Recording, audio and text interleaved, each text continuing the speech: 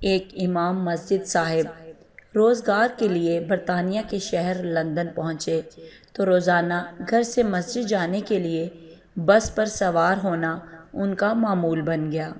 London پہنچنے کے ہفتوں بعد لگے بندے وقت اور ایک ہی روٹ پر بسوں میں سفر کرتے ہوئے کئی بار ایسا ہوا کہ بس بھی وہی ہوتی تھی اور بس کا ڈرائیور بھی وہی ہوتا تھا۔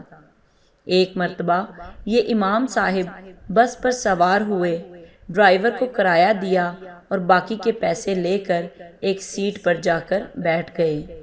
ڈرائیور کے دیے ہوئے باقی کے پیسے جیب میں ڈالنے سے پہلے دیکھے تو پتہ چلا کہ 20 پینس زیادہ آ گئے ہیں۔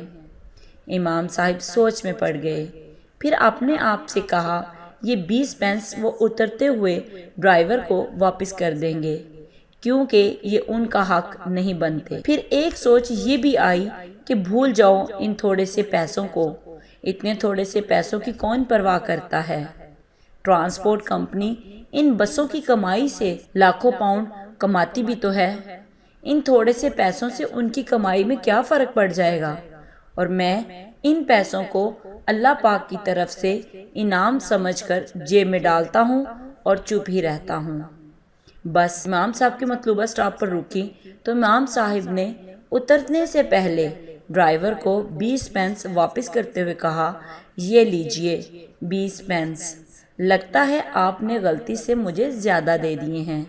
ڈرائیور نے 20 پینس واپس لیتے ہوئے مسکرا کر امام صاحب سے پوچھا، کیا آپ اس علاقے کی مسجد کے نئے امام ہیں؟ میں بہت عرصے سے آپ کی مسجد میں آ کر اسلام کے بارے میں معلومات لینا چاہ رہا تھا۔